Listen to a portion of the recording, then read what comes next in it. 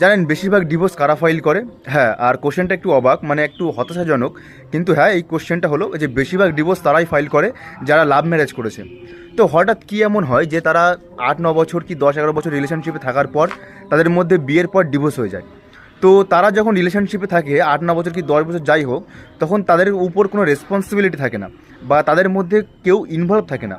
কিন্তু যখনই বিয়ে হয়ে যায় তখন তাদের মধ্যে একটা ফ্যামিলি ইনভলভ হয়ে যায়, আর তাদের মধ্যে অনেক রেসপন্সিবিলিটিটা বেড়ে যায়। তো এক্ষেত্রে ছেলেদেরকে একটু ব্যালেন্স করতে হয়। যেমন বলবো যে উদাহরণস্বরূপ, যে অনেক ছেলে মেয়ের বা অনেক ছেলেদের মায়েরা আছে যারা একটু কঠোর প্রকৃতির হয়, মানে একটু কঠিন হয়।